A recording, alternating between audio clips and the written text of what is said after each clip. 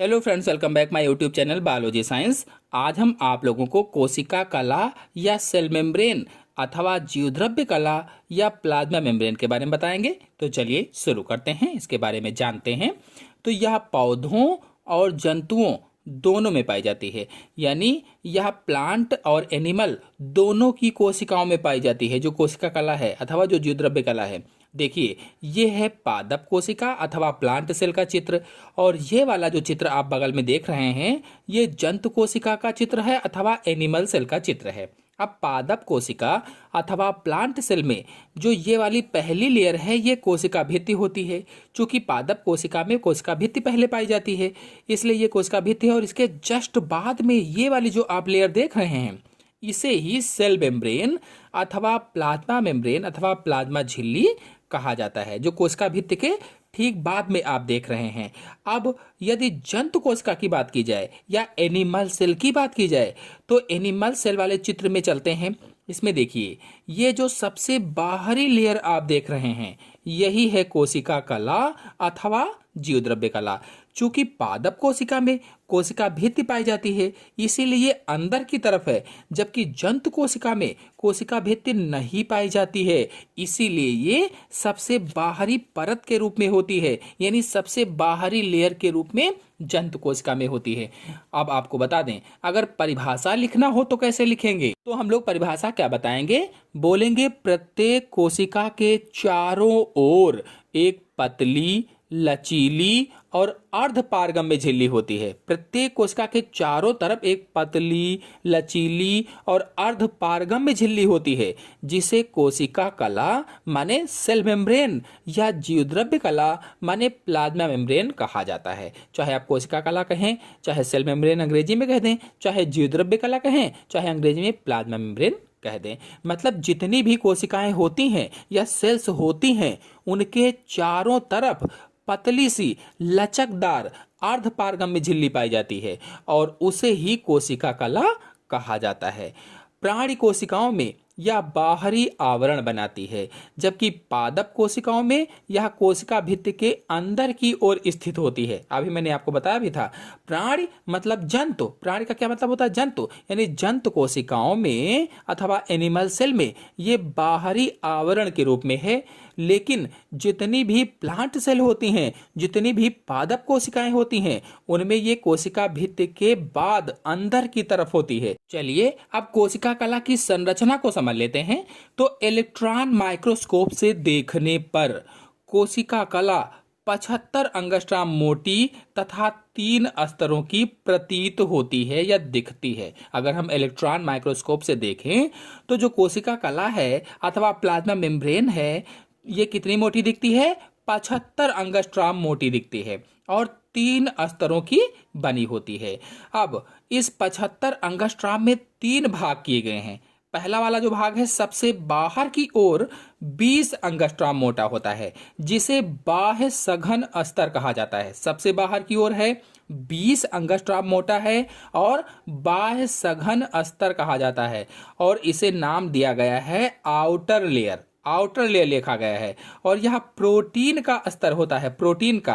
फिर दूसरा वाला जो है ये अंदर की ओर 20 अंगस्ट्राम मोटा होता है, अंदर की ओर होता है और 20 अंगस्ट्राम मोटा स्तर होता है। इसे भीतरी सघन स्तर कहा जाता है, भीतरी सघन स्तर, जिसे अंग्रेजी में इनर लेयर लिखा गया है। अंग्रेजी में क्या लिखा है, इनर लेयर। यह भी प्रोटीन की ही लेयर होती है। और फिर तीसरा भाग है बीच वाला भाग, यानी दोनों स्तरों के बीच में 35 अंगस्ट्राम मोटा मध्य स्तर होता है। इन दोनों स्तरों के बीच में कितना मोटा है, 35 अंगस्ट्राम मोटा स्तर है, इसे मध्य स्तर कहा जाता है। यह पीले रंग जैसा होता है। कैसा होता है, जैसे पीले रंग होता है पीला सा, वैसे ही होता है पीले रंग जैसा, और इसे मिडिल लेयर के नाम से लिखा गया है। चित्र में क्या लिखा गया है, मिडिल लेयर। इसे लिपिड स्तर कहा जाता है, यानी बीच वाले को क्या कहते हैं, लिपिड स्तर कहा जाता है। चित्र में आप लोग देख रहे हैं कि लिपिड स्तर 2 परतों का बना है। जो लिपिड स्तर है ये 2 परतों का बना है। आपको यहीं पर बताते चलें कि यूनिट मेम्ब्रेन संकल्पना के अनुसार यूनिट मेम्ब्रेन संकल्पना के अनुसार बीच के जो लिपिड स्तर होता है, बीच के लिपिड स्तर में लिपिड अणु दो परतें बनाते हैं। जो लिपिड के अणु होते हैं ये दो परतें बनाते हैं। वैज्ञानिक रॉबर्टसन ने यूनिट मेम्ब्रेन मॉडल प्रस्तुत किया था। याद रखेंगे, यूनिट मेम्ब्रेन संकल्पना किसने दी? तो वैज्ञानिक रॉबर्टसन ने दी थी। यूनिट मेम्ब्रेन मॉडल किसने दिया था? वैज्ञानिक रॉबर्टसन ने दिया था। मतलब जे डेविड रॉबर्टसन, इनका पूरा नाम था जे डेविड रॉबर्टसन ने यूनिट मेम्ब्रेन संकल्पना प्रस्तुत की अथवा यूनिट मेम्ब्रेन कॉन्सेप्ट प्रस्तुत किया था।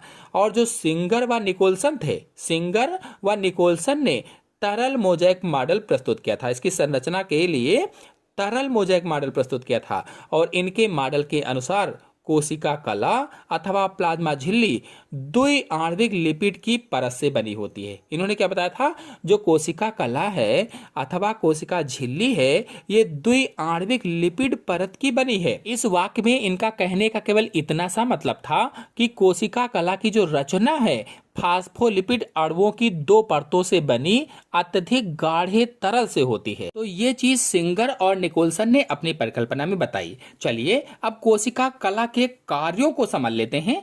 तो कोशिका कला कोशिका के बाहर रक्षात्मक आवरण बनाती है।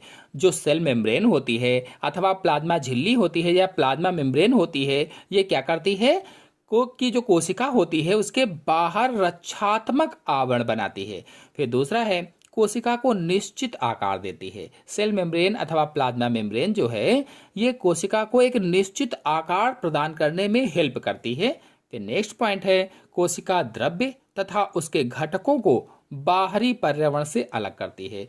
जो कोशिका द्रव्य भरा हुआ है साइटोप्लाज्म जो है उसके घटक और साइटोप्लाज्म इन दोनों को बाहर का जो एनवायरनमेंट होता है उससे ये अलग करती है। फिर नेक्स्ट पॉइंट है कोशिका के अंदर आने या कोशिका के बाहर जाने वाले पदार्थों का नियंत्रण एवं संचालन भी करती है। यानी कोशिका के अंदर कोई पदार्थ आ रहा है उसका नियंत्रण एवं संचालन, अगर कोशिका के बाहर जा रहा है तो उसका नियंत्रण यानी कंट्रोल और उसको संचालित करती है।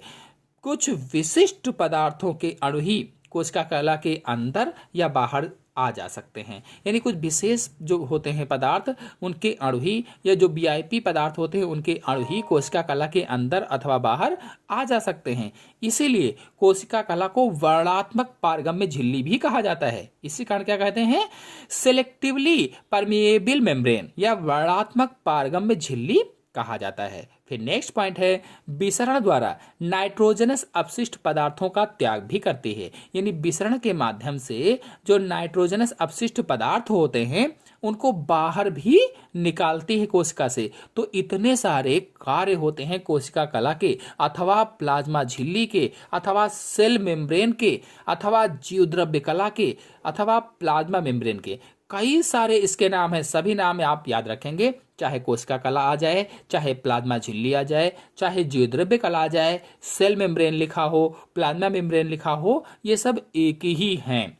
तो आशा है आप सभी लोगों को कोशिका कला अथवा प्लाज्मा झिल्ली अच्छी तरह से समझ में आ गई होगी। तो आज के अंक में इतना ही। अगले अंक की जानकारी के लिए मेरे चैनल को सब्सक्राइब कर लीजिए और साथ में बेल आइकन को भी प्रेस कर लीजिए ताकि आने वाले अगले वीडियो की नोटिफिकेशन भी उसकी जानकारी भी आपको सबसे पहले प्राप्त हो जाए। धन्यवाद।